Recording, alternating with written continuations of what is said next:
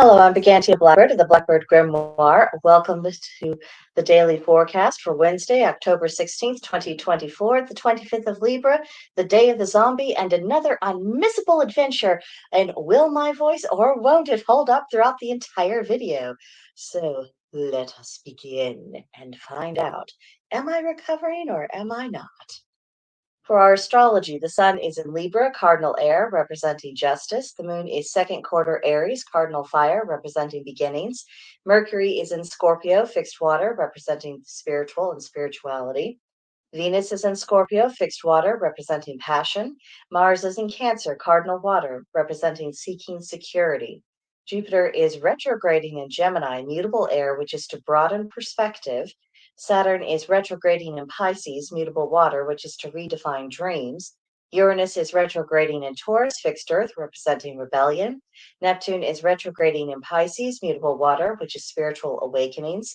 Pluto is in Capricorn, cardinal earth, representing reconstruction.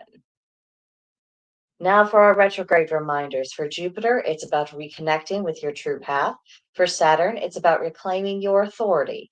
For Uranus, reconsider how you rebel. For Neptune, reclaim your magic. And for Chiron, restore the heroic spirit.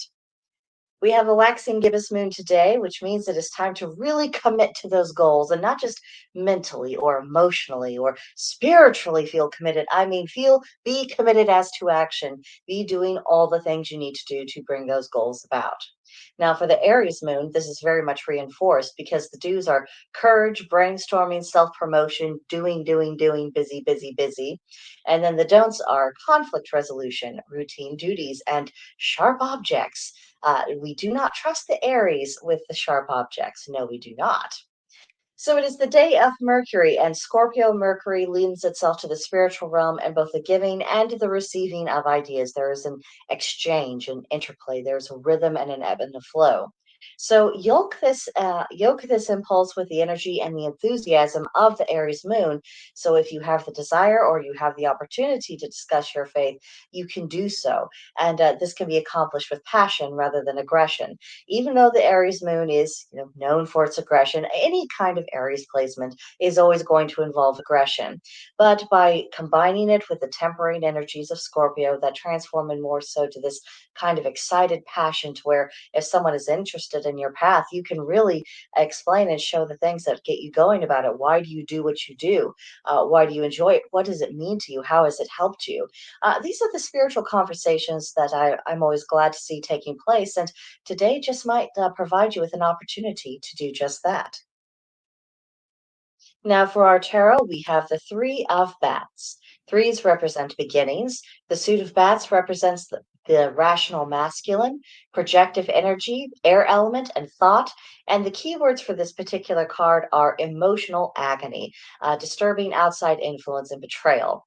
So, as you have probably gleaned, the Three of Bats also correlates with the Three of Swords and, the standard traditional decks.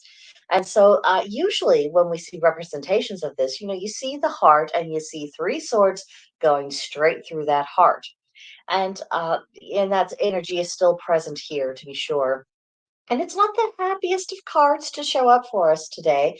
Nevertheless, there is always opportunity when you have these horrible moments, whether they are being recalled or whether something occurs, or even if you are the one who ultimately inflicts it. Because let's not forget, we aren't just people who are receiving of bad things. Many of us, whether we like to admit it to ourselves or not, have been plenty guilty of dishing out baneful energies to others in a variety of forms. So, what I think probably the most productive thing we can do with this is look for the lesson. What did we learn about ourselves? What did we learn about others? How can we get through, the heartache and all of the storms and the rain clouds inside our minds, being cultivated within our energy itself, and what can we actually see through to the truth and learn? Uh, because in a way, the Three of Hats also has something in common with the Tower or the Death card and the Major Arcana, saying, this thing happened. You didn't like it. It wasn't fun or pleasant, but it happened and it was final. And And the only thing to do is to turn the page and begin a new chapter of things. So if you do find yourself having to begin a new chapter in a rough kind of way, try when you are able to look for the lessons of your past experiences. Try not to take the baggage of whatever occurs with you into that next chapter. Just see what you can do with it based upon where you are now. And try not to spend too much time with your regrets of what might have been. Now for today's Celtic triad. Three things good as servants, bad as masters: water, fire, and wind. So we can usually pretty well pinpoint, both the good and the bads of these particular elements. The good use of water, of course, water sustains us. Without water, there would be no life on Earth. But you get too much of it, and you have flooding, or in the more elemental sense of it, in the magical sense, emotional disarray. Not good. That's why you don't want your emotions or your water to be in charge of you. And then for fire. Fire keeps us warm. Fire gives us the soft glow of candlelight and open hearth fires and bonfires and lots of fun, lovely things. However, when it turns into a wildfire, when it's burning things that it's not supposed to, of course, is obviously destructive.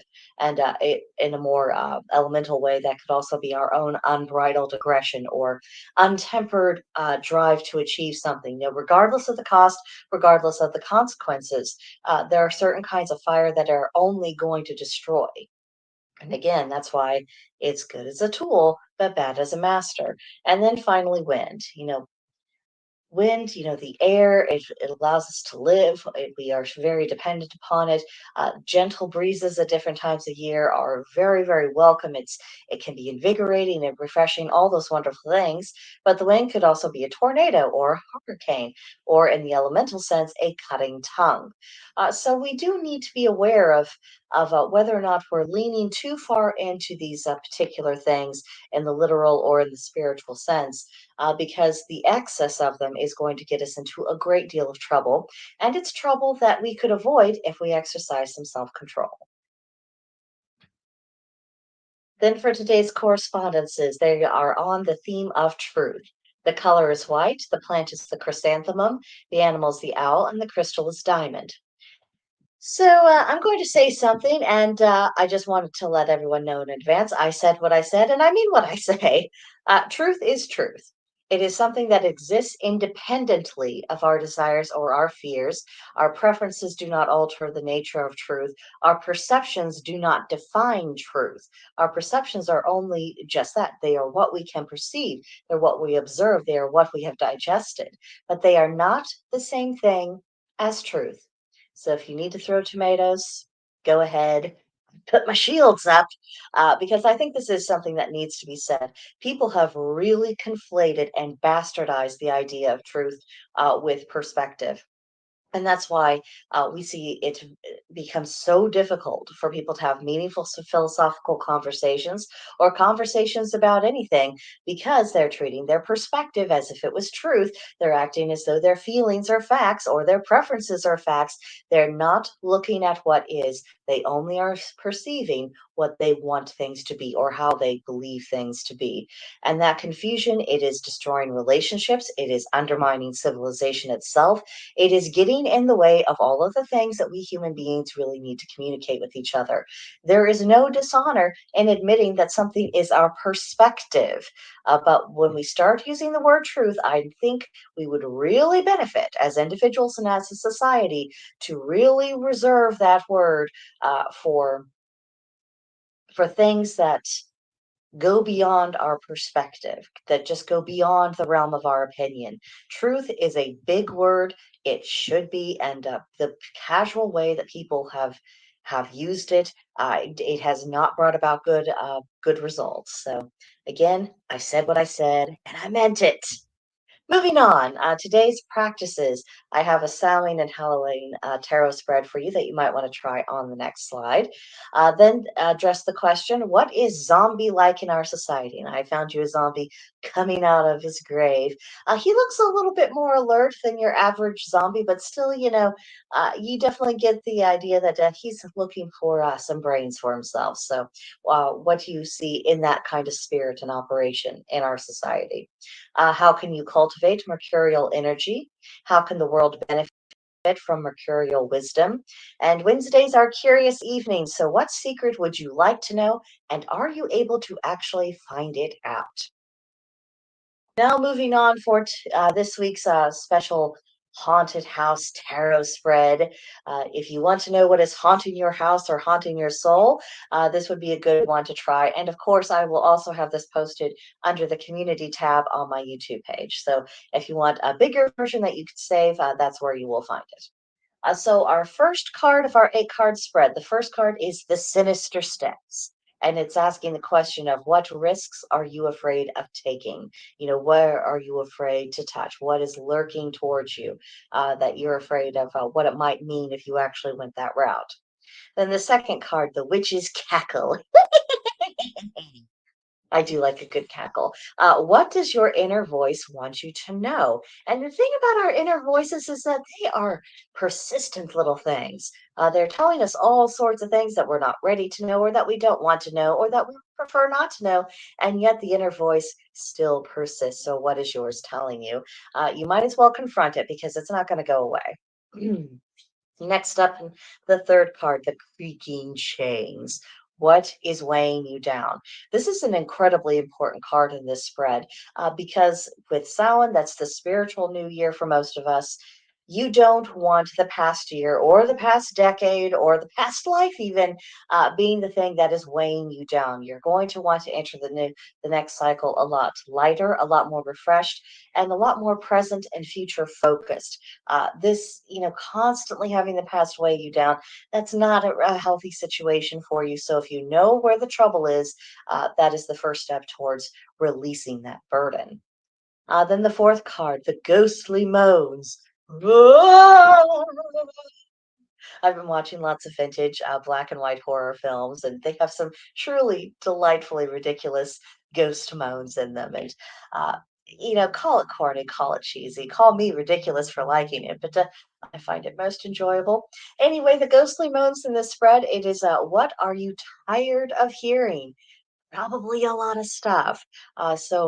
Dealing with that, confronting with that, that may lead you to decide that you need to perhaps have a change of environment or a change of associates, or learn how to change the subject amongst the people you are associating with, because maybe someone is circling the drain on a topic that, if you hear about one more time, you just may not be responsible for your actions. Then the fifth card, the slammed doors. What path has run its course? And, this takes me back to our tarot card for today, the Three of Bats. That is a very clear indication that something has run its course, and acknowledging that it's going to be very painful in some way. And you might see a card.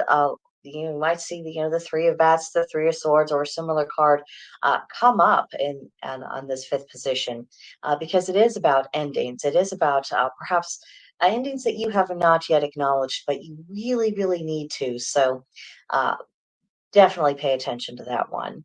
And then the sixth card is the fogged mirror. What aren't you seeing clearly? And this is another delightfully fun card that could lead you to acknowledging things that you had the I don't want is about. And it's okay because there's not a soul on earth who doesn't have the I don't want is about something. I mean, you should see my list of I don't want is. It might put yours to shame.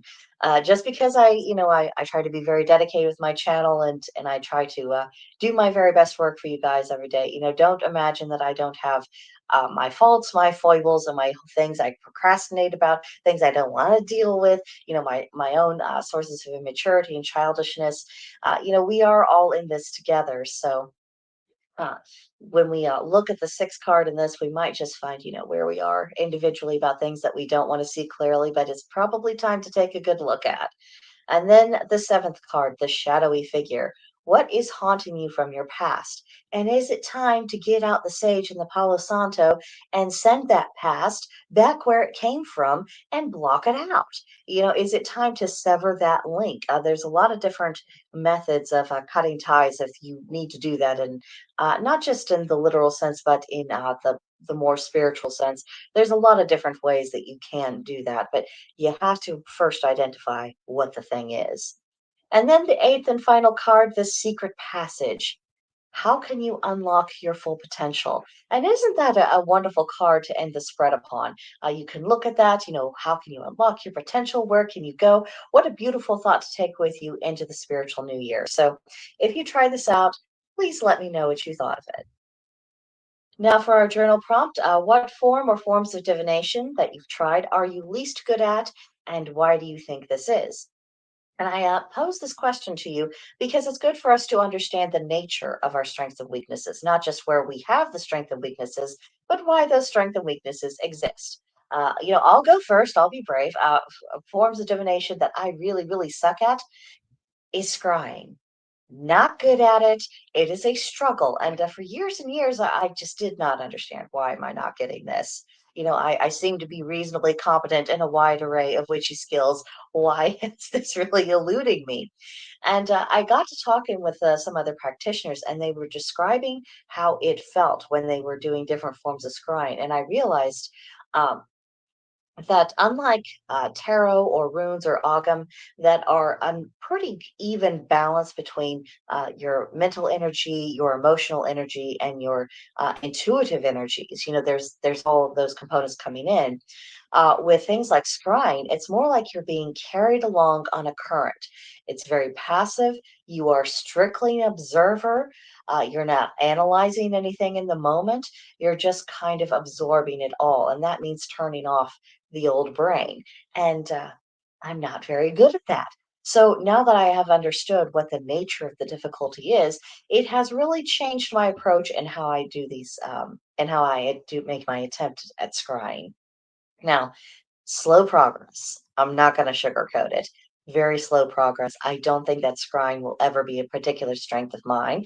And because, I am reasonably good at tarot and runes and Ogham, I don't feel that I have to have complete mastery over scrying. I would just like to not be incompetent. So, you can work on these things over time. But of course, first you have to understand the whys, the wherefores, all those things. And if I can admit it on a video for anyone to see, then I'm sure you are all able to admit these things to yourself, in the privacy of your own thoughts and in your own book of shadows, and go from there. Because, you may not have a YouTube channel, so you don't have to admit these things publicly. So I hope the fact that I did makes it a little easier for you in your process. So that is what I have for you all today. Have a very magical and spooky day. I think I only had to clear my throat once in this video. That's got to be a record after the past couple of weeks. So again, thank you everyone who has put up with me through this healing process. Hope to see you in the next videos, and I will see you guys in the next one. Bye for now.